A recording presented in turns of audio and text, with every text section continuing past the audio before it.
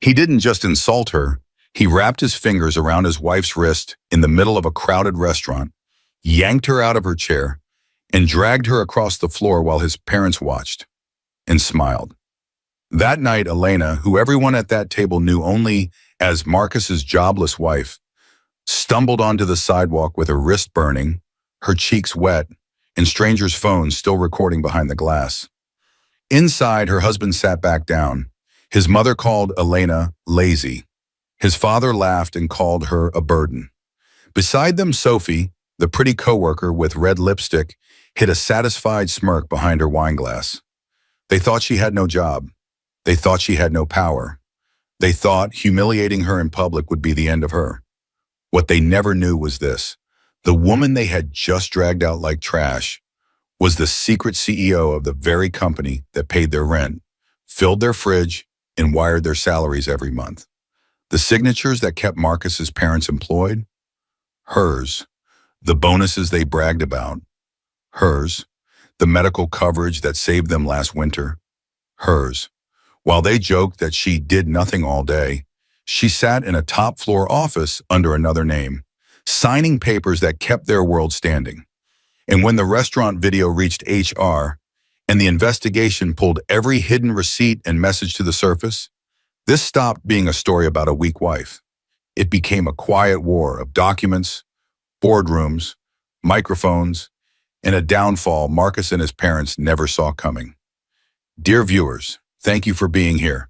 If you watch without subscribing, it's like letting Elena's voice be dragged out of that restaurant all over again. When you click that button, you stand with every woman called useless while she's holding everything together in silence. Please subscribe now and in the comments, tell me where you're watching from. The elevator doors opened with a sharp metallic chime, slicing through the quiet morning air of the company's top floor. The moment Elena Hart, known at work as Elena Ward, stepped out, every employee who passed her straightened with instinctive respect. They knew exactly who she was here, the 33-year-old CEO who led the company's second expansion, the woman whose calm decisions saved hundreds of jobs during the hardest years. But outside this building, almost no one knew. Not the town, not her in-laws, not even her own husband.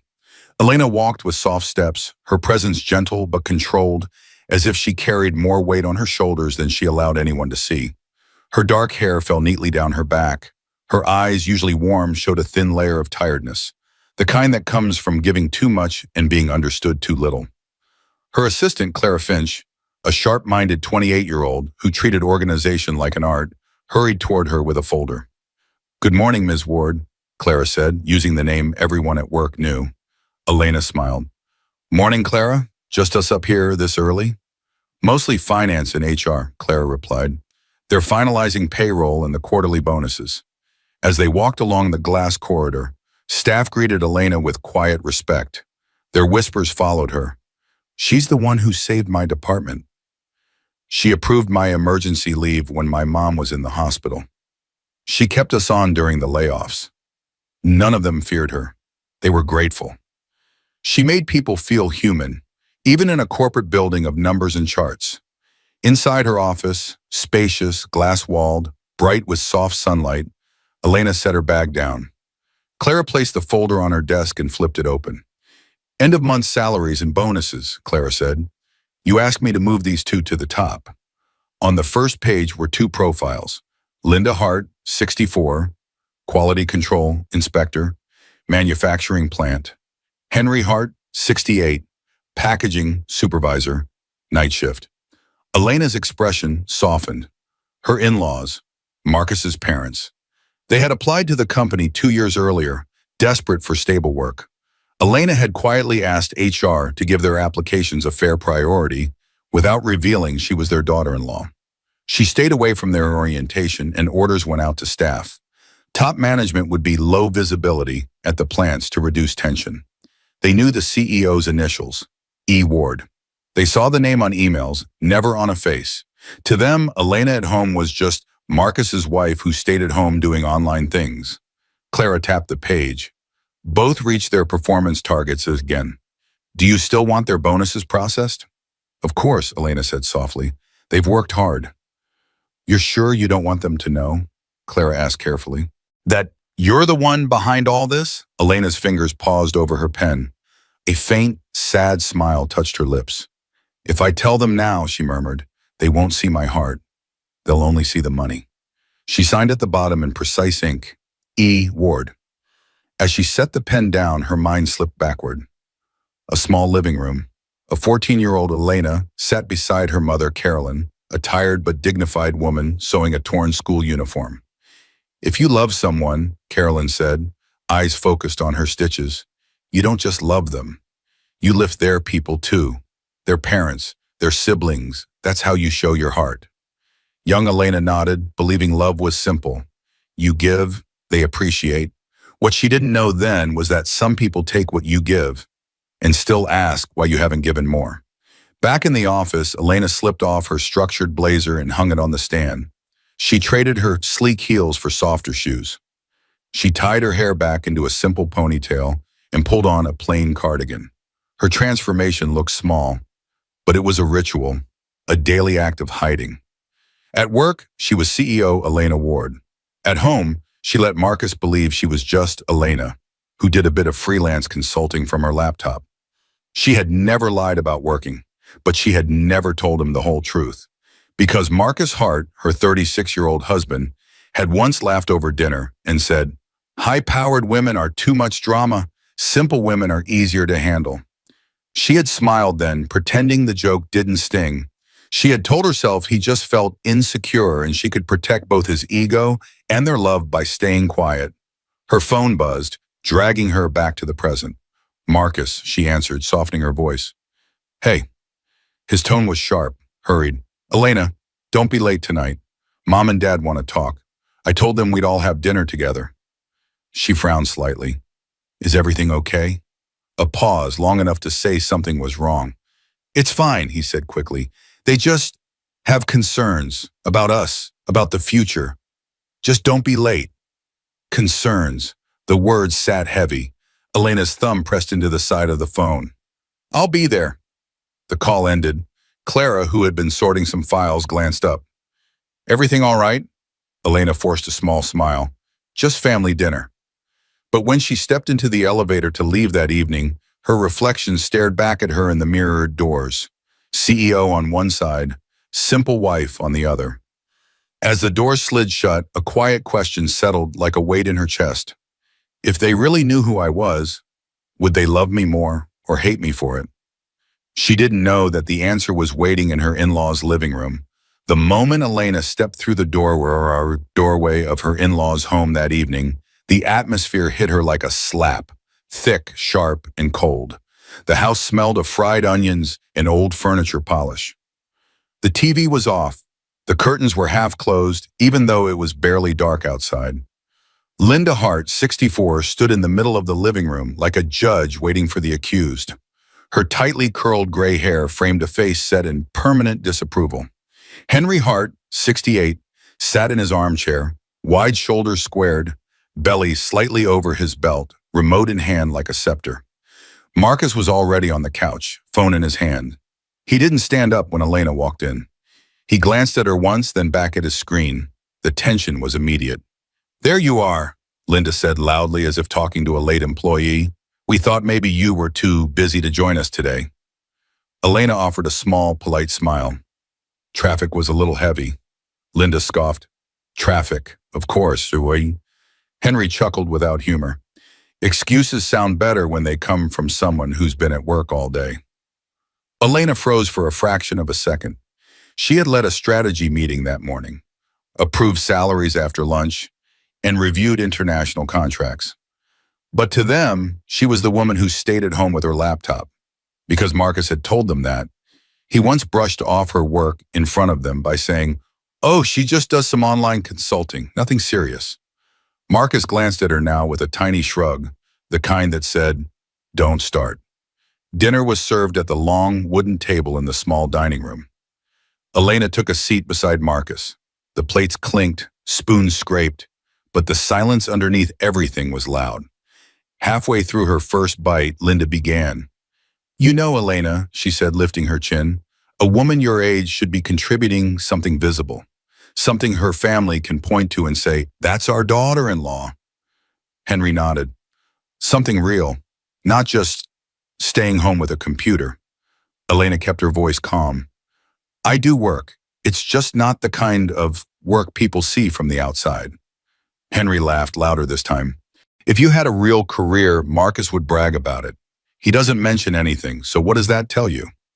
Marcus shifted in his seat but didn't speak. He didn't deny it. The words pressed against Elena's chest like weights. Linda leaned forward. "I always told Marcus he needed someone who could lift this family up. Someone who would be an asset, not someone we have to carry. A charity case." That's what she meant. Elena's fork paused midair. 2 years earlier, Marcus sat on their couch, showing her his parents' bills. "They're drowning, Lena," he said. "They've worked all their lives. They deserve stability." Elena had looked at the numbers and at his worried face. "I'll see what I can do," she had said softly. The next week, their applications came across her desk. Just 2 more CVs in a stack. She had personally written a note to HR. If their skills match available roles, hire and train. Make sure they're treated with respect. She had approved their medical coverage without telling them she was the one who made it possible. Back then, helping them felt like love. Back at the table, Linda's voice cut through her memory. "How do you spend your time all day?" Linda asked. "Shopping, sleeping, watching TV?" Henry snorted. "A woman your age should know how to support her husband, not sit around." Elena opened her mouth. Marcus put his hand on her leg under the table. To anyone watching, it might have looked affectionate, but his fingers pressed in hard. "Mom, Dad," he said with a half laugh, "let's not turn dinner into an interview." But he didn't say, "She works hard." He didn't say, "She's not lazy." He just wanted the argument to stay quiet. Later, as Linda stood to refill her glass, she leaned toward Marcus and whispered, just low enough to think Elena couldn't hear, "She's not good enough for our family. You can do better." The words landed like a punch. Elena stared at her plate. Her fingers trembled around her fork. She waited, just a few seconds, for Marcus to say something. He stayed silent. The room felt smaller. The air felt heavier. Her heart felt like it was shrinking. She thought of the monthly pay slips she had authorized for Linda and Henry, of the upgraded health insurance she had personally insisted on. They had no idea. They didn't care enough to ask. The dinner dragged on. Elena answered questions politely, smiled when required, and swallowed every drop of hurt. But something inside Marcus shifted, a small crack in glass. As they walked her to the door, Henry clapped Marcus on the shoulder. "We'll talk later, son, alone." Linda kissed Marcus's cheek and ignored Elena completely. Outside, the night air felt cold against Elena's skin. She stood beside Marcus's car, her mind replaying the insults. "If this is how they talk when I'm in the room," she thought, "what do they say when I'm not?" She didn't know that within hours she would hear the answer herself. That sound hit her before she saw him. A sharp laugh, Marcus's laugh, echoed down the hallway of their home, followed by a low, intimate tone she hadn't heard from him in months. Elena had just come back from his parents' house. Marcus had claimed he needed to leave a bit early to answer an urgent work call and had driven off before her. She believed him. She stayed to help Linda clear the table, even as the older woman avoided her eyes. Now, as Elena stepped through their front door, still in her cardigan and flats, the house lights were on. Marcus's voice drifted from his home office at the end of the hallway. She froze. The door was half open. "Yeah, babe," Marcus was saying softly. "She won't be a problem much longer." The words sliced through her like a knife. Elena's fingers tightened around her purse strap. Her heart pounded so loudly she almost couldn't hear the faint giggle that followed through the speaker. A woman's giggle. Confident. Flirty. She took 2 slow steps closer, careful not to make the floor creak. Marcus leaned against his desk, his back half turned to the door. He smiled, a soft, playful smile she couldn't remember seeing directed at her in a long time. "Just give me a little more time," he whispered. "After tonight, she'll see she's not the right fit for my family. They already think she's useless. It won't take much." Another giggle, louder. Now Elena recognized it. Sophie Turner, 30, from Marcus's department. Always with red lipstick, always standing too close in group photos. The coworker who once joked, "You're lucky to have Marcus." Women at the office would line up for him. Elena had smiled and ignored the discomfort. Now every late meeting, every unexplained mood, every cold shoulder at home, lined up in her mind like proof. Her knees weakened. This wasn't a sudden mistake. This was planned. She pressed her back against the hallway wall, breathing quietly. Inside the office, Marcus kept talking. "Sophie, relax," he murmured. "You know I can handle her. She's soft. She doesn't even have a real job. Her parents don't like her. My parents don't like her. She'll break on her own." Her chest burned. No real job. The CEO of his company, the woman keeping his parents afloat. Footsteps sounded behind her. Elena turned quickly. Noah Jensen, 27, a coworker from Marcus's department, stood at the front door holding a slim folder. He looked surprised to see her pressed against the wall, eyes wide. "Elena," he whispered. "Marcus asked me to drop off the revised numbers before tomorrow's meeting. I didn't know you were back yet." Marcus's voice drifted out again, mocking and soft. "She thinks she matters. She doesn't. Tonight was the first step. After a few more scenes like this, she'll either leave on her own or I'll have enough reason to tell her it's over." Noah's eyes widened as he heard the words. Elena shook her head quickly at him, tears gathering. Her message was clear. "Please, don't say anything. Don't let him know I'm here." Noah swallowed hard and stepped back, moving silently toward the door. He closed it behind him as quietly as he could, leaving her alone, but now not completely unseen. There was at least one witness. Inside, Sophie's voice was faint but sharp. Elena couldn't hear every word, but she caught enough. "When we're together properly, when your family finally sees." Marcus chuckled. "Sophie, stop. You're going to get me too excited. We'll celebrate soon. I promise." She won't see it coming. The words turned Elena's stomach. He was using the same lips that had promised to protect her, to build a future with her, to talk about destroying her in slow motion. Her throat tightened so much it hurt. She pressed her fist against her mouth to stop any sound from escaping. Her phone buzzed suddenly in her pocket. The vibration jolted her. She stepped back down the hall, away from the door, fumbling for it. A message from Clara. "Clara, board wants to schedule the end-of-quarter review. Need your approval." The contrast almost hurt. In one world, she was a wife being quietly erased. In another, she was the woman whose approval moved entire departments. Her phone buzzed again. "Clara. Also, Jonas from Internal Investigations found something odd about Marcus's department expenses. You may want to see this." Elena stared at the screen.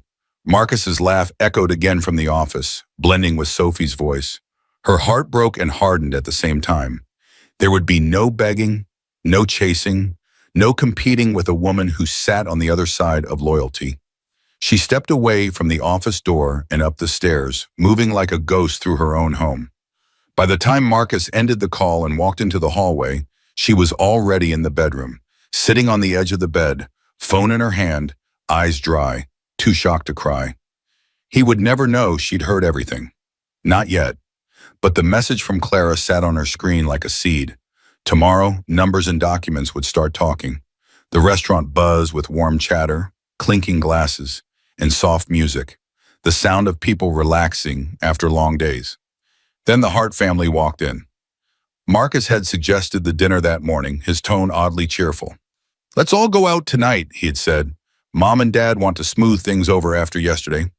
He'd even added, "Dress nicely, okay? I want my wife to look her best." For a moment, Elena hoped. Maybe he'd heard how cruel his parents had been. Maybe he wanted to fix it.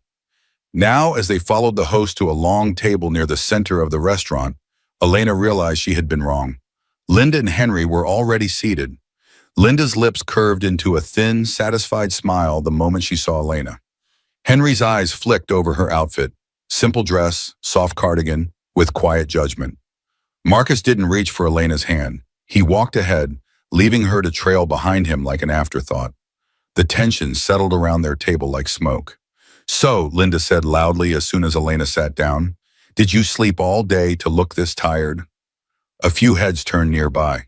Elena kept her voice gentle. I came straight from work. Henry scoffed. Work, right. Linda widened her eyes in exaggerated surprise. Oh, that's right. You do your online thing. She waved her hand vaguely. It must be nice staying home with a laptop while other people have real shifts. Marcus looked at his menu and said nothing. A waitress approached then. Her name tag read Mira. She was in her late 20s with kind eyes that noticed more than she said. She set down water glasses and offered a polite smile, but her gaze lingered on Elena for a second longer. Curious, concerned. Thank you, Elena said softly. Mira nodded and stepped away, but she stayed within sight. Some part of her already sensed this table would be trouble. Linda continued, louder this time, as if performing for the room. A wife should contribute something visible, something a family can be proud of, not just sit at home, existing. Henry chuckled. She's more trouble than help. The people at the next table exchanged glances. One of them lifted a phone slightly, pretending to check messages, but already recording. Elena's fingers tightened around her napkin. I do contribute, she said evenly. You don't have to see it for it to be real. Marcus exhaled sharply. Can we not do this here? He muttered. But again, he didn't tell them to stop. Before Elena could respond, a bright voice cut through the air. Oh my God, Marcus? Elena's spine stiffened. She turned and saw her. Sophie Turner, red lipstick, fitted dress, confident walk. She held a small clutch in one hand and her phone in the other, as if she'd just finished scrolling through something entertaining. She didn't look surprised to see Marcus. She looked ready. Sophie, Marcus said, standing too fast. Wow, I didn't expect you here. The lie was thin. Elena saw it in the way his shoulders relaxed in relief, not shock. Sophie brushed her fingers lightly against his arm. You look great, she said. Big night. Linda's eyes lit up like she'd just found a shiny object. Marcus never mentioned he had such a beautiful coworker, she said. Sophie glanced briefly at Elena, eyes cool and assessing, then smiled wider at Linda. Oh, I'm just someone he sees at work. A lot. She emphasized the last two words. Mira slowed as she passed again, watching the scene unfold. Something about Sophie's presence, Marcus's posture, and Elena's silence knitted together into a picture she didn't like. Linda took it further. A woman like this, she said, motioning at Sophie, looks like she knows where she's going in life. She turned to Elena. You could learn a thing or two. The words sliced deeper than they knew, because Sophie didn't just know where she was going. She knew exactly whose place she was trying to take. Under the table, Marcus grabbed Elena's wrist. From the outside, it might have looked like a husband calming his wife, but his fingers dug into her skin. Don't start, he hissed under his breath. She flinched. Mira noticed the movement and the pain flickering across Elena's face. Her own lips parted in shock, but she stayed professional, stepping back. Linda clicked her tongue. Honestly, Elena, you're embarrassing this family. Look how you dress. Look how you sit, like you're apologizing for being here. Henry added, you drag Marcus down instead of lifting us up. Chairs scraped nearby. People stopped eating. More phones pointed their way now, some openly. Marcus stood up suddenly and yanked Elena's wrist harder. Come on, he said sharply. You're making a scene. Her chair scraped loudly against the floor as she stumbled to her feet. Marcus, you're hurting me, she whispered. But he didn't loosen his grip.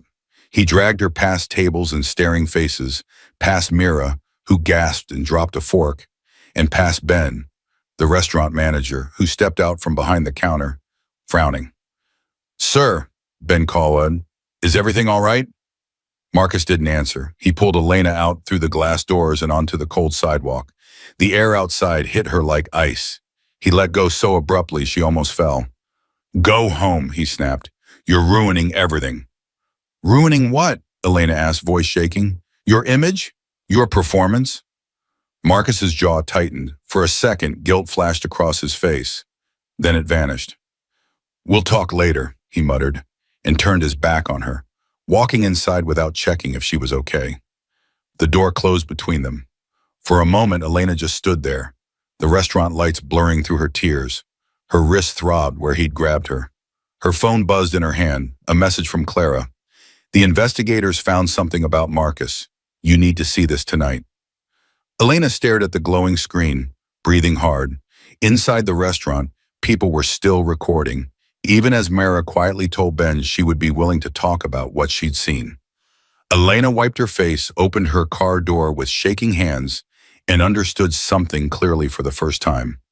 Whatever this was, it wasn't just a bad marriage anymore. It was a pattern, a plan, and if Marcus wanted to humiliate her in public, he had just given her all the witnesses she needed.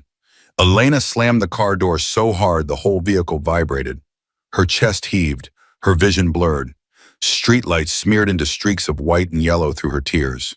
Marcus dragging her, Linda's insults, Henry's laughter, Sophie's smirk. The scene replayed again and again like a cruel loop she couldn't escape. Her hands shook on the steering wheel. She bowed her head and finally one hot tear slipped down her cheek. Elena, the soft voice came from outside her window. She turned and saw Evelyn Parker, 34, warm eyes, dark curls pulled into a messy bun, standing beside the car.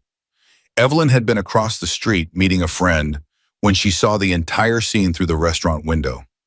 Now she yanked the passenger door open and slid in without asking. Elena, she whispered, pulling her into a hug. I saw everything. That was all it took. The storm inside Elena broke, but not with loud sobs. Her pain came out as trembling shoulders, silent tears, and the way her fingers clutched the fabric of Evelyn's jacket like she was afraid to let go. You don't deserve this, Evelyn murmured, stroking her back. Not any of it. Elena's voice came out cracked and small. Why do they hate me, Evelyn? What did I do wrong? Evelyn pulled back just enough to cup her face. You love the wrong people, she said softly. That's all. The words cut through the fog like a clear line. Elena shut her eyes. Images flashed, her signing Linda's bonus, approving Henry's promotion, defending Marcus when others doubted him. I don't think Marcus ever loved me, she whispered. Evelyn's jaw tightened. Then you don't need to waste one more day proving your worth to people who decided not to see it. Elena took a shaking breath. The pain was still there, heavy and raw, but something else moved under it now. Something colder. Her phone buzzed again. Clara. Elena, Attorney Ray is waiting in your office. I moved the meeting forward when Jonas sent the new report. She said it's urgent. Evelyn read the message over her shoulder and nodded slowly. Then that's where we go next, she said. No more crying alone in parking lots. You fight on ground where you're not the weak one. Minutes later, the tall glass building that held Elena's office was almost empty. Most employees had gone home. The security guard at the front desk greeted her with respectful surprise. He was used to seeing her early mornings, not late nights. Evening, Ms. Ward, he said. Need the boardroom? Just my office, she replied, her voice steadying. Inside, the lights were dim but warm. The city glowed beyond the windows. Attorney Ray Collins, early 40s, stood near the glass with a thin folder in her hands. Ray was known for winning hard cases and never raising her voice. She turned when Elena walked in, eyes scanning her face carefully, catching the red around her eyes, the faint mark on her wrist. Elena, Ray said softly, sit. We need to talk. Evelyn took a seat beside her, a quiet shield at her side. Ray placed the folder on the desk, but kept it closed for the moment. Before we go through what Jonas sent, she said, I need to understand something fully. Why did you hide your position as CEO from Marcus and his parents? You had every right to tell them. Silence stretched between them. Elena stared at her own hands resting in her lap. Her throat tightened as another old memory rose. A small cafe years earlier. A younger Elena laughed across the table from her then boyfriend, Gregory. He had seemed charming, kind, impressed by her drive. That changed the day he learned her family had money and that she was already on the board of a growing company. You should buy that car we talked about, he said casually one evening. You can afford it. Consider it an investment in us. Another time, when she voiced a concern about work, he had smirked. You're lucky I'm with you. Most guys can't handle a woman who earns more than them. She had tried to ignore the discomfort until she caught him using her credit card behind her back, leaving her with debt and a note that said, "You'll be fine. You're rich." Elena's voice was soft but firm. "The last time a man saw my money before my heart, he used me. I didn't want that again. I wanted someone who loved me for who I was without all the titles." She swallowed. So when Marcus said he preferred simple women, I told myself hiding my title would protect our marriage. I wanted to be loved as Elena, not as a CEO. Ray nodded slowly, and instead, he used what he thought was your weakness. "Yes," Elena whispered. Ray tapped the folder, her eyes sharpening. "You don't have to fight him with emotions," she said. "You fight with the truth."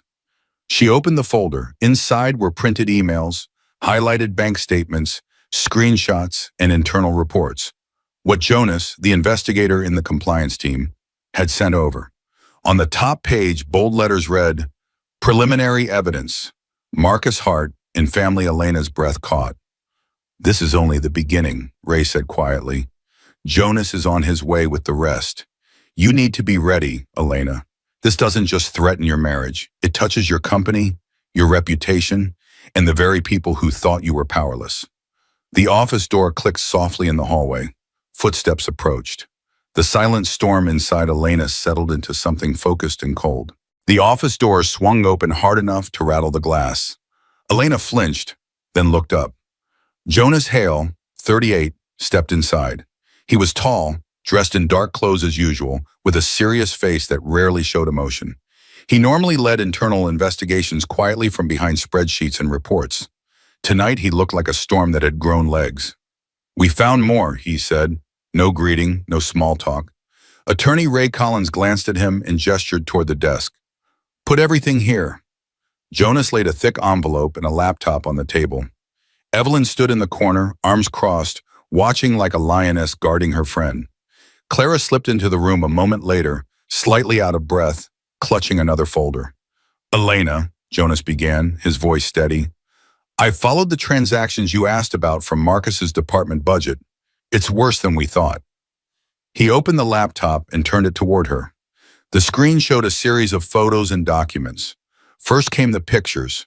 Marcus and Sophie in the company parking lot, standing too close. Marcus and Sophie sitting in his car, her head on his shoulder. Marcus and Sophie entering a hotel during work hours, time-stamped the same days he claimed he was in long meetings. Each image landed like a blow. "For at least 6 months, Jonas said, they've been meeting during office hours. Some of the rides and hotel bookings were paid with the department card." "Company money," Ray murmured. Elena's stomach twisted, but she didn't cry. The tears had burned out in the car with Evelyn. What remained now was a cold, painful focus. "What else?" she asked. Jonas clicked to another folder.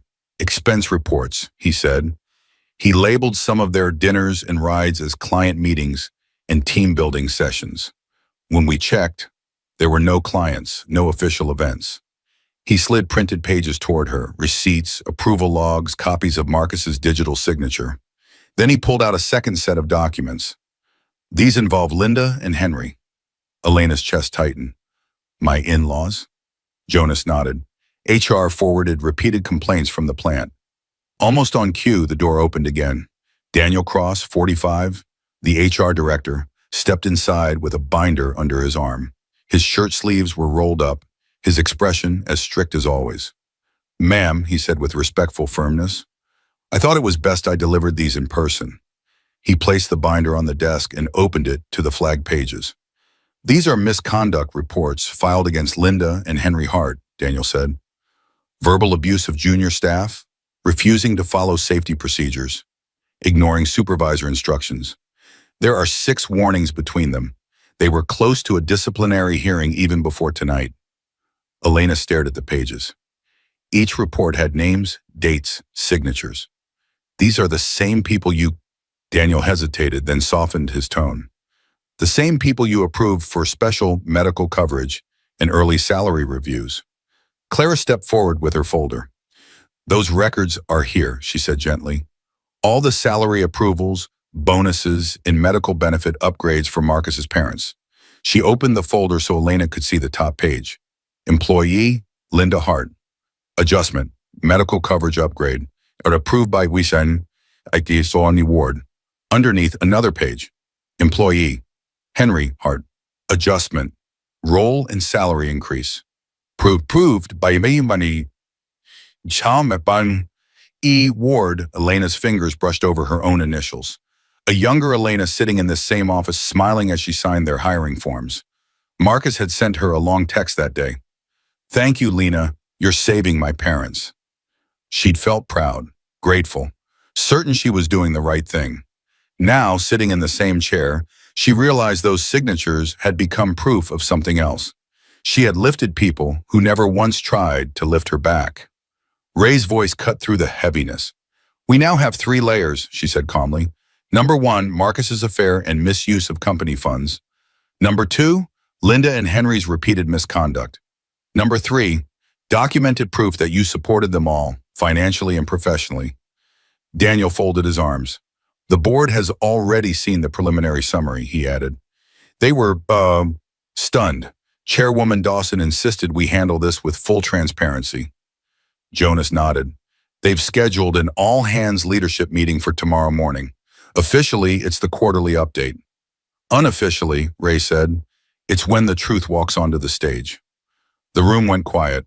Elena looked at the photos of Marcus and Sophie again, then at the reports on Linda and Henry, then at her own signature on their benefits.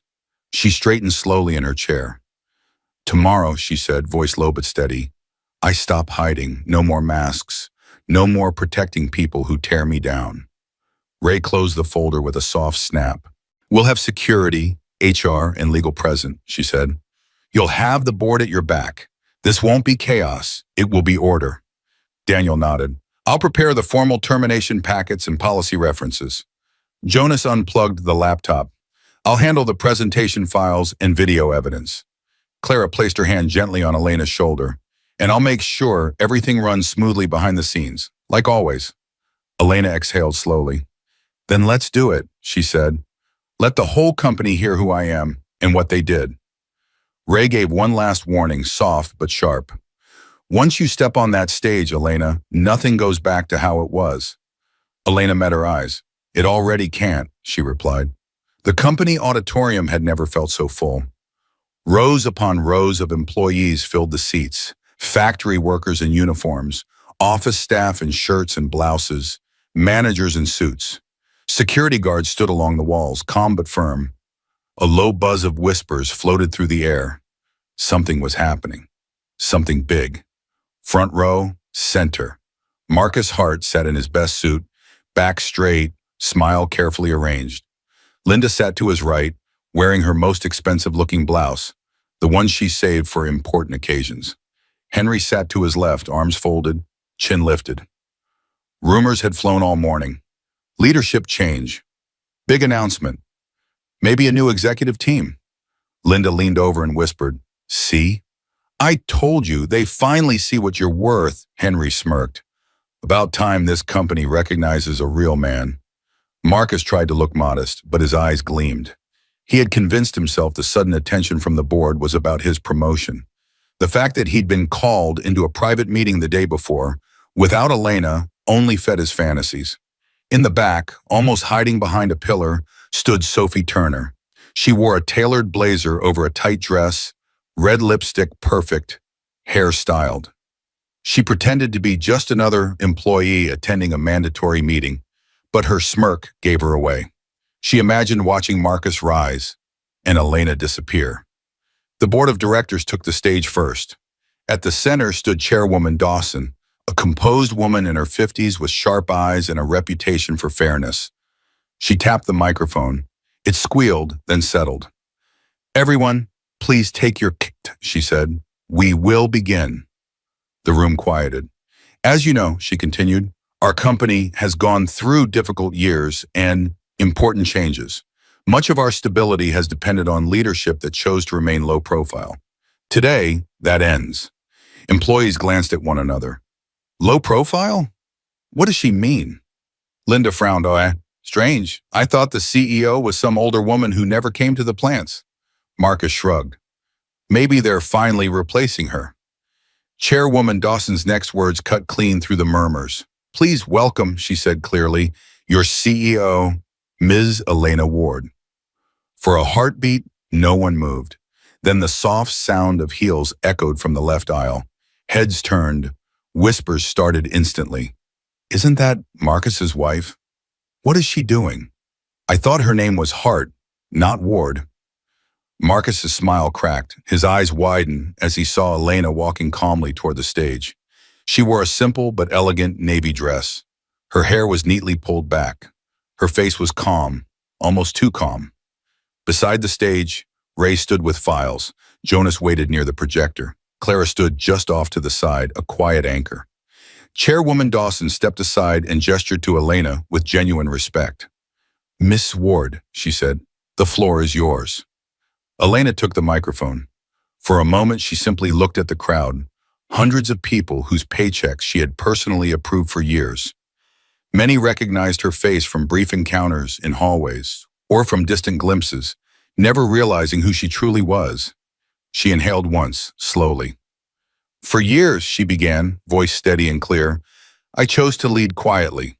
On paper, I am Elena Ward, the CEO of the holding company that owns this plant and its departments. The big screen behind her lit up with her official profile. Elena Ward, Chief Executive Officer. Her photo, her credentials, her signature. Murmurs exploded. But outside this building, she continued, I am known by another name. The name I took when I married. The screen shifted. Wedding photos appeared. Elena in her dress, Marcus smiling beside her, Linda and Henry posing in the background. Elena Hart, wife, daughter-in-law. The room fell silent. Marcus shot to his feet. What is this? He shouted. This isn't... Security moved slightly closer to his row, not touching him, just a presence. Elena didn't raise her voice. Marcus, she said calmly, you've been working in this company for years without knowing the woman who signed your paycheck lived in your house. A stunned silence. Ray signaled to Jonas. The first documents appeared on the screen. Employment contracts for Linda Hart. Employment contracts for Henry Hart. Each one stamped with approved Approved Ward. Next, salary increases, bonus approvals, medical coverage upgrades. Beside each, her initials. Linda's mouth fell open. Henry's hand trembled on his knee.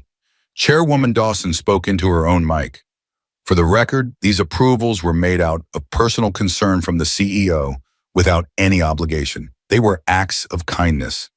Elena continued, I did this because I believe love meant lifting the people my husband loved. Her eyes found Marcus in the front row. But while I was supporting his parents at work, she said, this is how they spoke about me at home. The screen changed. HR misconduct reports appeared, summarizing Linda and Henry's harassment of staff, refusal to follow rules, and finally the restaurant incident, fully documented now by witness statements from Mira and Ben. Soft gasps rippled through the room. And while I paid their salaries, Elena said, her voice tightening only slightly, this is what my husband was doing with another employee during work hours, using company funds. Photos of Marcus and Sophie flashed onto the screen, holding hands, in his car, outside a hotel. Company credit card statements followed, with highlighted entries. Sophie's face drained of color. She took a step back, only to find a security guard blocking her path. In the back, Noah Jensen watched silently, jaw clenched, finally seeing the bigger picture he'd only caught pieces of. The noise in the auditorium rose. Shocked whispers, angry mutters, soft curses. Elena's voice cut through it. You called me lazy, she said, looking straight at Marcus's parents. You called me a burden. You planned to push me out of this family while living off the company I built and controlled. She turned back to the crowd. I stayed silent for too long. That ends today. Chairwoman Dawson stepped forward again. Given the evidence you've just seen, she said, our HR director will now address the employment consequences. Daniel Cross walked to the microphone holding a binder. Two security guards stepped into the aisle, stopping behind Marcus's row. The room held its breath.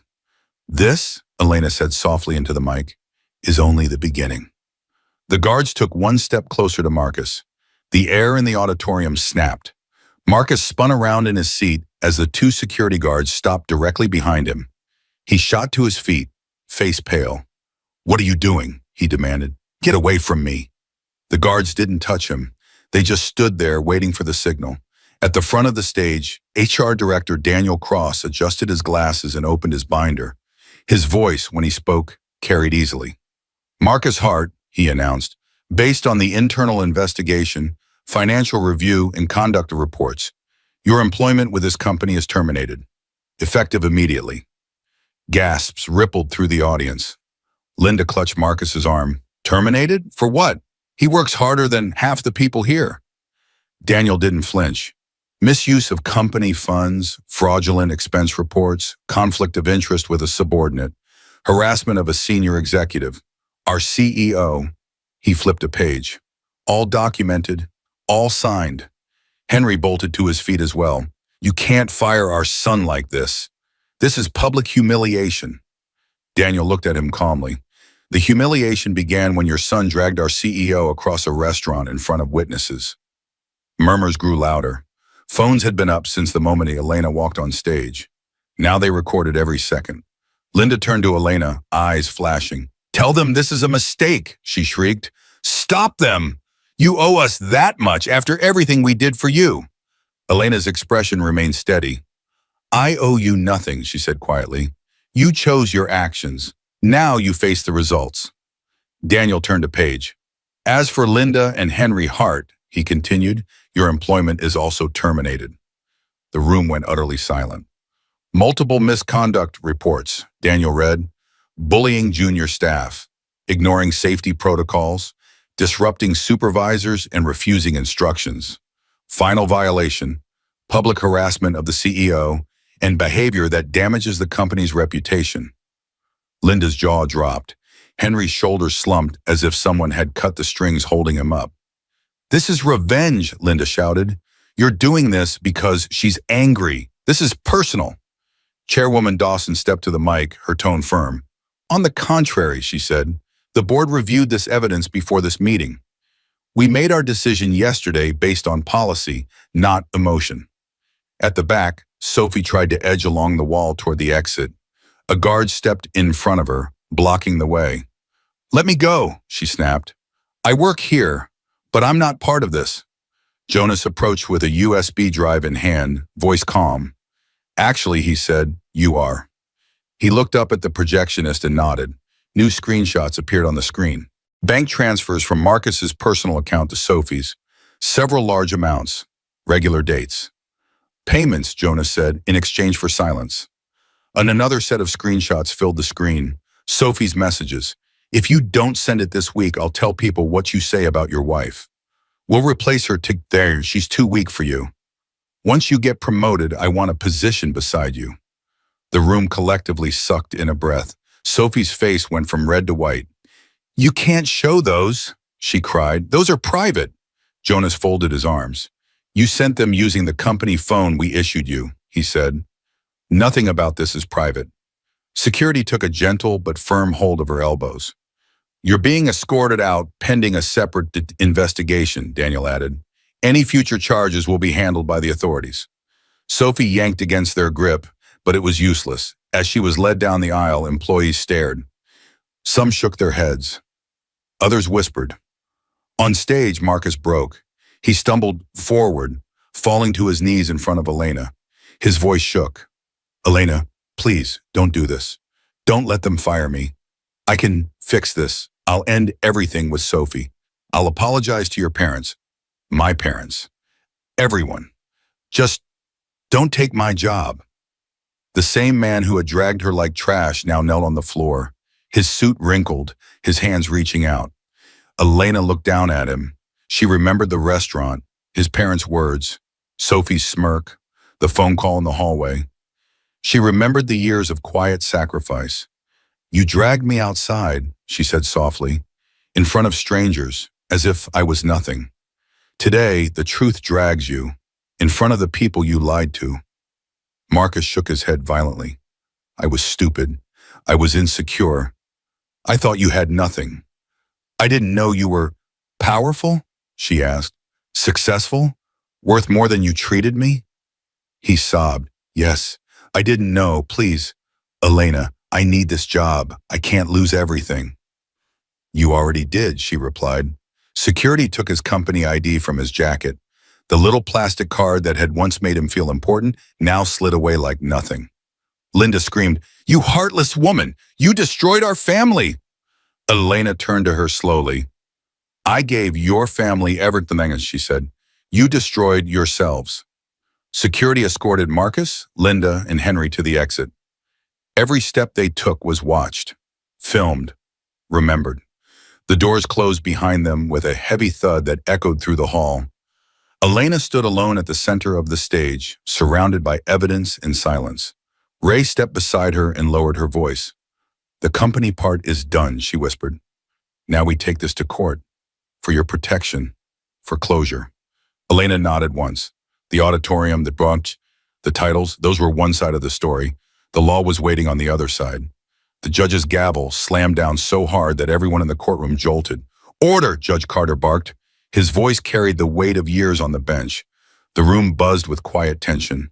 The company videos had gone viral in town. Workers who couldn't attend followed updates online. But here, inside these walls, there were no phones allowed. Just people, evidence, and consequences. On the left side sat Marcus Hart at the defendant's table. His hair was unstyled, his tie crooked. The arrogance was gone, replaced by a hollow, frightened look. His hands shook as he gripped the edge of the table. On the right sat Elena. She wore a simple navy dress, no flashy jewelry, no dramatic makeup. Just steady eyes and a calm posture that came from accepting pain and deciding what to do with it. Beside her stood attorney Ray Collins, calm as ever, files organized in front of her. Today wasn't about his job. That part was already over. Today was about legal separation, financial responsibility, and formal recognition of what she had lived through. Judge Carter looked over his glasses. We are here to address Mrs. Hart's petition for legal separation, property arrangements, and protective orders, he said. I have reviewed the written submissions. Counsel, proceed. Ray rose, smoothing the front of her jacket. Your Honor, this case is straightforward, she said. We will not waste the court's time. She nodded to the bailiff, who dimmed the lights slightly. Ben, the restaurant manager, sat at the witness stand, a USB drive in his hand. The judge allowed the video to play on a large screen mounted for evidence. Every second passed slowly. Marcus grabbing Elena's wrist, Linda mocking her, Henry laughing, Sophie sitting back, entertained, Marcus dragging Elena through the restaurant, Mira's shocked face, phones filming. The video ended with Elena alone on the sidewalk, clutching her arm. Soft gasps echoed around the room. Marcus buried his face in his hands. It wasn't that bad, he stammered. The camera makes it look worse. We were just arguing. Judge Carter's expression hardened. You call that just arguing? Ray called her witnesses. Mira, the waitress, voice shaky but honest, as she described the crowd's shock and Elena's obvious fear. Ben explaining why he had emailed the footage to HR when he realized it was their company's CEO. Daniel outlining the internal findings, the affair, the misuse of company funds, the harassment. Then came the printed messages between Marcus and Sophie, submitted in redacted form to keep the focus on the main issue. His betrayal, his plotting, his cruelty. Marcus tried to speak several times. Each time, his own words printed and highlighted on paper cut him off. Ray laid everything out step by step, simple and steady. Emotional cruelty, public humiliation, financial dishonesty, long-term infidelity. Finally, she placed one last folder on the judge's desk. These, she said, are documents showing that Mrs. Hart personally approved employment, bonuses, and upgraded health care for Mr. Hart's parents. While they called her a burden, she was keeping them afloat. This is relevant, Your Honor, because it shows the imbalance of how she gave and how she was repaid. Judge Carter read longer than before. The room held its breath. At last, he looked up. Mr. Hart, he said, turning his gaze on Marcus, your actions show a pattern of emotional abuse, deception, and financial irresponsibility. Dragging your wife in public, mocking and permitting her humiliation, secretly carrying on an affair, and using company resources to do so, this court takes that seriously. Marcus swallowed hard. I can change, he whispered. I swear I can change. Elena, please say something, please. Elena didn't look at him. Her hands were folded, her gaze straight ahead. I am ruling, Judge Carter said, in favor of Mrs. Hart on the question of marital misconduct. Her request for separation, primary control over her own assets, and a restraining clause regarding financial decisions is granted. You will not touch her company-related holdings. Marcus stared at him, stunned. You're taking everything from me, he rasped. No, the judge replied. You did that yourself. Ray rose smoothly. Your Honor, with your permission, I have one final step. He nodded. Proceed. She turned, retrieved a white envelope from her briefcase, and walked slowly to the defendant's table. Marcus shook his head, eyes wild. Ray, don't, please. She placed the envelope in front of him. The bold black letters on it were simple and final. Divorce petition, served. The entire courtroom seemed to exhale at once. Marcus's hands trembled as he opened the envelope, his eyes scanning the first page. His body sagged. The little hope he had been holding on to shattered. He slid off the chair and onto his knees. Elena, he choked, please don't do this. We can fix it. I'll go to therapy. I'll apologize to your staff, your board, your family. I'll do anything. Don't leave me. For the first time, Elena turned her head slightly in his direction. She didn't meet his eyes. We were done, she said softly, the night you decided I was easier to break than to love. She stood. Ray gathered the files. Judge Carter banged the gavel one last time, closing the session. The courtroom doors opened, and sunlight streamed down the aisle like a path. Elena walked toward it without looking back. As she stepped outside, her phone buzzed in her hand. A message from Clara. Everything is ready at the office for tomorrow. The final step. The law had spoken. The company had seen the truth. The courthouse doors burst open behind her, slamming against the outer wall with a hollow echo. Reporters flinched, cameras clicked. People who had followed the story online stared, trying to match the woman from the viral videos to the calm figure in front of them. Elena Hart, Elena Ward, walked out into the sunlight. She didn't run. She didn't hide her face. She didn't hurry past them. She simply walked, each step measured and steady, like someone who had carried fire and survived it. The air felt different out here, lighter. The chain around her chest had been replaced by a simple, quiet ache, and something new. Freedom. She paused halfway down the courthouse steps and closed her eyes for a moment. The sun warmed her face. The noise around her turned into a soft blur. Behind her, people whispered, "That's her, the CEO. She's the one they dragged in the restaurant, right?" I saw the video of her exposing them at the company meeting. But Elena didn't turn around. She wasn't here for their opinions anymore. At the bottom of the steps, Evelyn waited. She wore simple clothes and worry in her eyes. But when she saw Elena, that worry melted into relief. She stepped forward and wrapped her arms around her. "It's over," Evelyn whispered. "You did it." Elena let the hug sink in. "Yes," she breathed against her friend's shoulder. "It's over." Behind Evelyn stood Clara, hands folded neatly in front of her. There was no clipboard, no files, just a soft, respectful smile. "The board approved everything," Clara said. "Policy changes, new training, HR reforms, and the announcement making your dual name public. Elena Ward and Elena Hart. No more hiding." Elena smiled. This time it reached her eyes. "Thank you, Clara. You've been more than an assistant. You've been my anchor." Clara's eyes shimmered. "It was an honor, ma'am." The three women began walking across the courtyard together. With each step, Elena felt pieces of her old life fall away. The need to be simple, so a man wouldn't feel small. The fear of revealing her success. The habit of shrinking so other people could stretch their shadows over her. In her mind, a soft narration rose, like the closing lines of a story she had finally rewritten herself.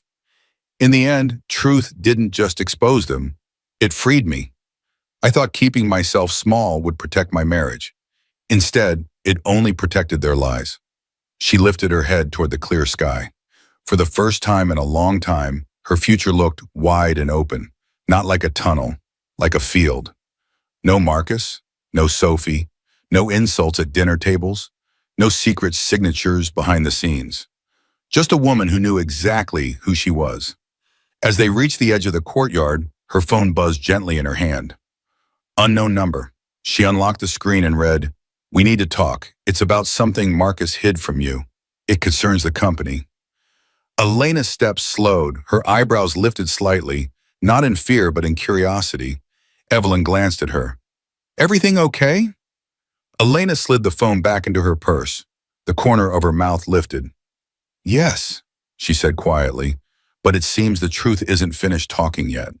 She opened the car door, took one last look at the courthouse behind her, and smiled, not because of what she had lost, but because of what she had decided to stop losing.